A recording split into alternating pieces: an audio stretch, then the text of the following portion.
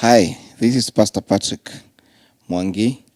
I'm welcoming you to our Distinctive Destiny program here on Maturity Network TV. We are coming from Nakuru Happy Church, Kenya, and we encourage you to continue with us as we have been learning from the Word of God. We started on a topic, the gifts of the Holy Spirit, the gifts of the Holy Spirit. And we looked at the scripture that was guiding us in 1 Corinthians chapter 12.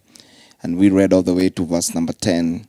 We discovered that there are gifts that are very important for believers to desire. They are gifts that are given by the Holy Spirit. And yesterday we looked at a set of gifts. And this was powerful because we learned quite a bit yesterday that from the gifts of the Holy Spirit, they have been broken down. There are 9 of them, but they are broken into batches of 3, 3, 3. So you'll get 3 categories, the first category of 3, the second category of 3, and another category of 3. So we looked at the first category of 3 yesterday, which was word of wisdom. And we also looked at another one we are calling word of knowledge and discerning of spirits. Those are making one set of gifts. Then today we want to look at another 3, which is what we call inspirational gifts. Inspirational gifts, there are 3 of them, and in them we have prophecy, the gift of prophecy. We also have another one we call different kinds of tongues. That's the gift of tongues, having the gift of different kind of tongues. And the last one is the gift of interpretation of tongues. And that's what we want to look at today. And I will start with the first one, prophecy. This is a very powerful gift that we all need to desire. The gift of prophecy.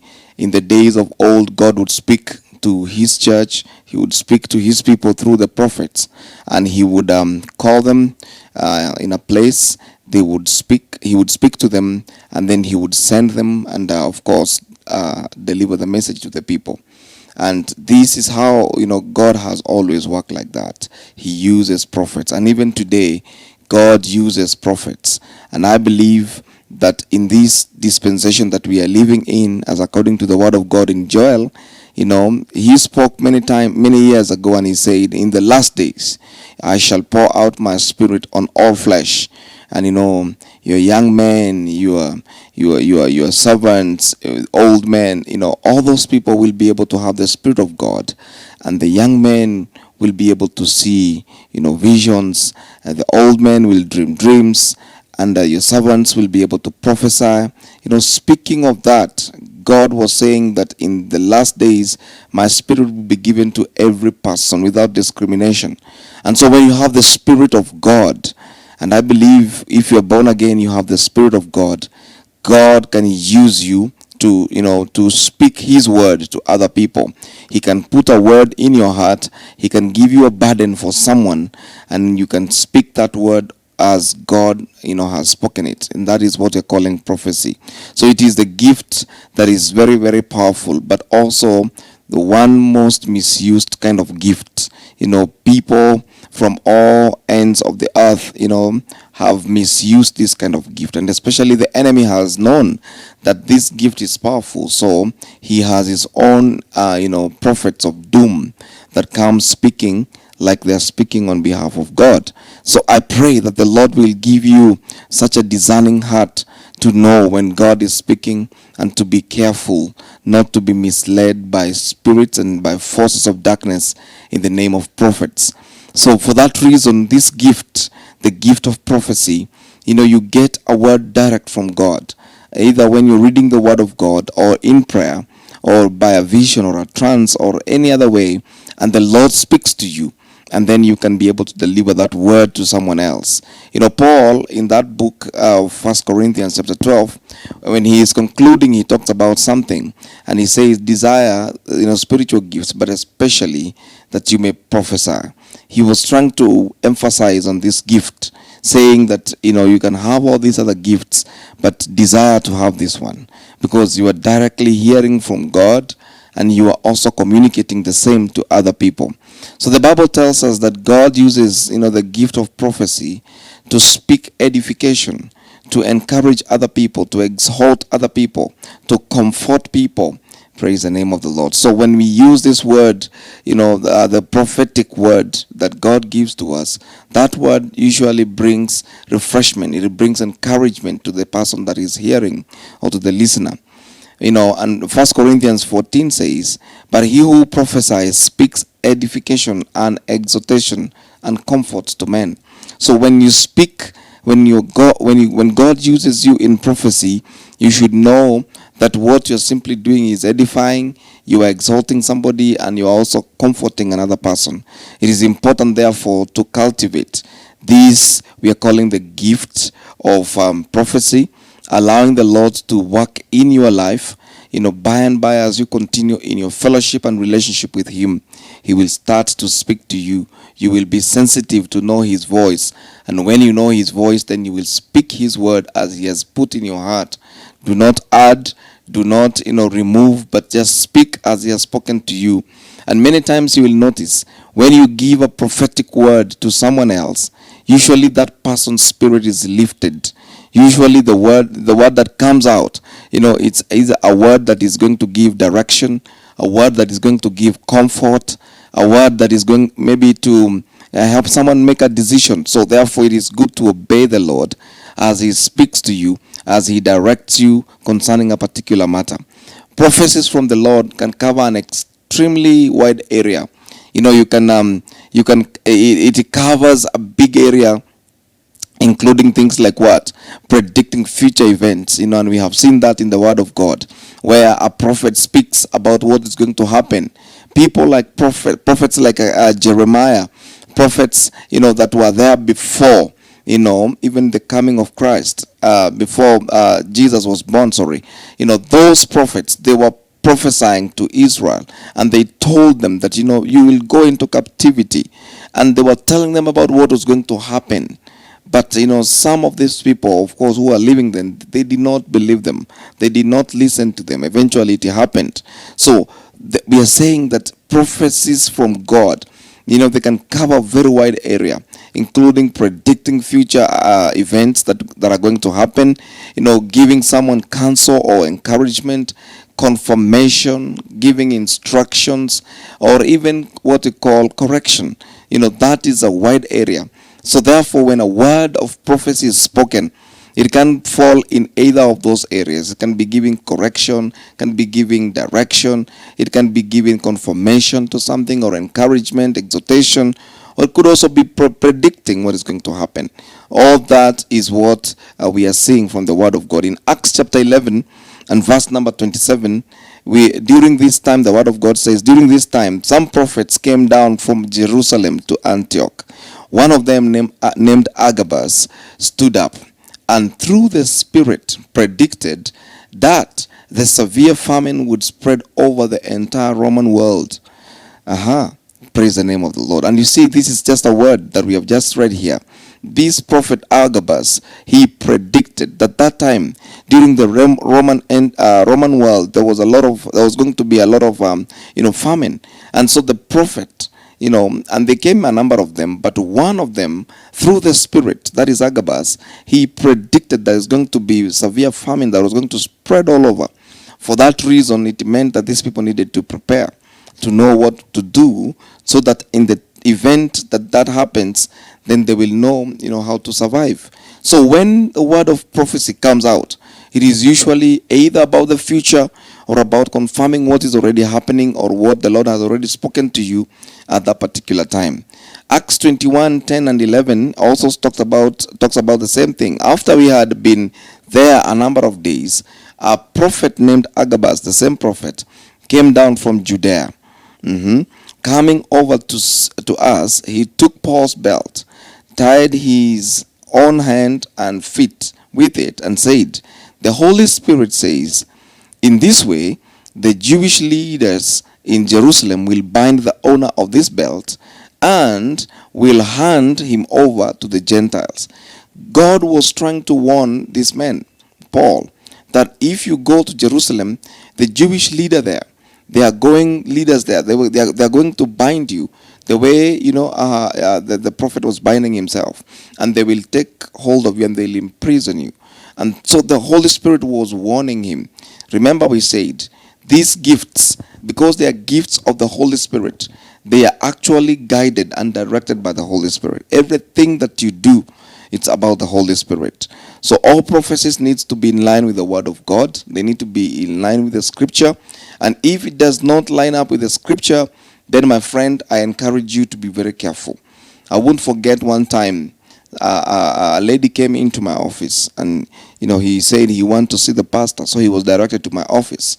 Immediately she started making some funny sounds, and she said, the Spirit of the Lord sent me to you. And I asked him my name. I asked her, what did the Spirit tell you? He said, I will go and I will meet a pastor who is wearing glasses. I could not believe that word. Automatically in my heart, I felt this is a con. And I told her, you go back and tell the Spirit to tell you my name, And so I automatically did not even want to hear what she was going to tell me. Why? Because my spirit from that point onwards, I had already sensed something very funny with her. I was feeling she had some, I was discerning some funny, motive behind it. And I told her, with all due respect, I'm not going to listen to you, kindly just leave. And she left. And that was the end. She never came again. But it's just because she was not trying to manipulate me, in a way of prophecy, and I wasn't willing and ready to listen to that. So it must line up with the Scripture. And number two, because you have the Spirit of God, you will also confirm in your heart. If it is not of God, you will also feel it in your heart that there is something fishy here. So it is good to be careful. The next gift in this set of three is what we call gifts. The gift of tongues. This is another powerful gift that we have in the church. It's a gift of supernatural utterance. You speak a language that you do not know, and this is a powerful gift that has been given to the Church of Jesus Christ. And this gift, we use it a lot, especially when we are praying. Especially when you are alone in prayer. I would encourage you, if you are born again, desire this gift. If you have not been filled with the Holy Spirit, then you need to desire, so that you can speak in tongues. It is a powerful experience. Now in Acts chapter 2 and verse 4, at Pentecost, the Word of God tells us that the people were gathered together, and then all of a sudden, tongues of fire came upon them, and the Spirit descended upon them, and they were able to speak in tongues from that point onwards. It is one of the sure ways of knowing the presence of the Holy Spirit is with you when you speak in tongues. So tongues are powerful and tongues are great, but they have also been misused. And so that's why Paul was even giving direction that when you are together and when you are many, let things be done in order and also in a decent manner, so that all of you don't speak and prophesy at the same time. Let things be done in order and also in the right way. Therefore, tongues can be powerful when you use them in prayer. When you are alone in prayer, they are for self-edification. They build you up. You are speaking in a language that you also do not understand. It is a language of God. It is a language that the Spirit of God understands. But I want to say this. Sometimes when God wants to speak to people, especially non-believers, and to confirm something to them, usually God speaks through us in tongues and in a language that we don't understand, but the people who are listening may be able to understand. Like what happened in Acts chapter 2. The people that were there, people from Cyrene, people from Egypt, people from all over, the Arabs, they were all there. But they heard each person in their own language. They heard God speak through the disciples in Jerusalem. The disciples did not know what they were saying, but the people heard in their own languages and they could understand what they were saying. What that means is that the tongues that God gives to us, there are tongues that we do not understand, but there could be tongues that other people will understand. Another thing is that there could just be tongues that nobody, is going to understand. But when you speak them, the Holy Spirit is praying and is praying inside of you. In Acts chapter 19, We see Paul visiting Ephesus, and he found some believers there. There were actually 12 men. And when he found them, he noted that these people had received Christ. They had been prayed for by a man of God called Apollos, and they had received Jesus. But beyond that, Apollos had not helped them to receive the Holy Spirit. So when Paul came to them, he asked them, "Did you receive the Holy Spirit when you believed?" And they said, "Oh, we have not even heard about this Holy Spirit." And so he laid his hands on them. And the word of God tells us that at the moment he laid his hands on them, that's verse 6, when Paul placed his hands on them, the Holy Spirit came on them, and they spoke in tongues and prophesied. There were about 12 men in total. This is what God is able to do. When you're prayed upon by a spirit-filled brother or a spirit-filled sister, the Lord is able to help you also to speak in tongues. He fills you with this powerful gift. We are calling this the gift of tongues. Therefore, desire this one also. It is a wonderful gift. And remember, we said they are called gifts, which means they are given. If you do not ask for them, you don't receive. And if they are given and you don't stretch out to receive, you will still not receive. That's why we have very many people in many Pentecostal churches but do not speak in tongues. It's only because they have not desired. I pray that the Lord will give you such a hunger and a thirst to desire this gift we are calling the gift of tongues. Lastly, we will look at what we call the interpretation of tongues. Now, these tongues that we speak, they are tongues that we have just said, they are tongues that we also do not understand. But we can pray to God for understanding of the interpretation of what we just prayed. And it is possible.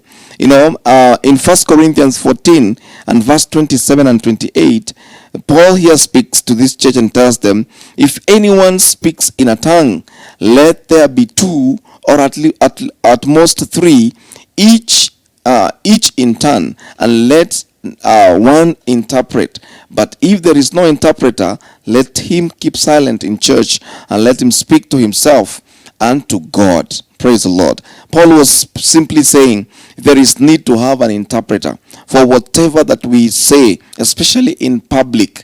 Then there is need to have one that is going to interpret what we are saying. Because if we do not interpret and we say it in the public to others, then it may not help anybody. But if you want that message to help someone else, then it is prudent to have an interpreter to interpret those particular tongues. And also in 1 Corinthians 14 and verse 13 and 14 says, "Therefore, let him who speaks in a tongue pray, that he may interpret. For if I pray in a tongue, my spirit prays, but my understanding is unfruitful." That is what Paul is saying there. When I pray in tongue, and I'm doing this in public, then may I also desire that I be given a tongue to interpret that what I've just spoken. But if I'm doing it on my own, if I'm in my own closet, then I do not need to interpret, because I'm praying directly to my Father, and my Father understands what I'm saying. Praise the Lord. So therefore it is good to desire these gifts. We have talked about the gift of prophecy. We have talked about gift of tongues. We have talked about the gift of interpretation of tongues. Those are powerful gifts. We call them, the three of them, we call them inspirational gifts. And when they are given to the church, they are given for the purpose of edifying the church, building up the church so that the church can grow powerful. But these are also gifts that have been misused in a big way. People make fun of them. People misuse them. People, especially the first one, the gift of prophecy. People will come and will do all kind of gimmicks. We have all kind of, people out there who call themselves believers. And they know, they may have had a history about your life. They may have done a background check about you. But they will come and, kind of pretend they are giving a word from the Lord. And when you hear them saying something familiar to what you think you know, then you tend to believe them. I want to pray that the Lord will give us a spirit that is discerning to know when we are dealing with false prophets and when we are dealing with true prophets from God. Father, I thank you today for your word. I pray that your children will be ready even as they desire these powerful gifts. inspirational gifts, the gift of prophecy, the gift of tongues and interpretation of tongues. I pray that you will do this to us, your people and your children. Bless us together as we continue in this walk of life with you and in you. In Jesus' precious name. Amen. May the Lord bless you, friend, and may you have a wonderful day. Continue in prayer, and the Lord will continue revealing himself to you in Jesus' mighty name. Amen.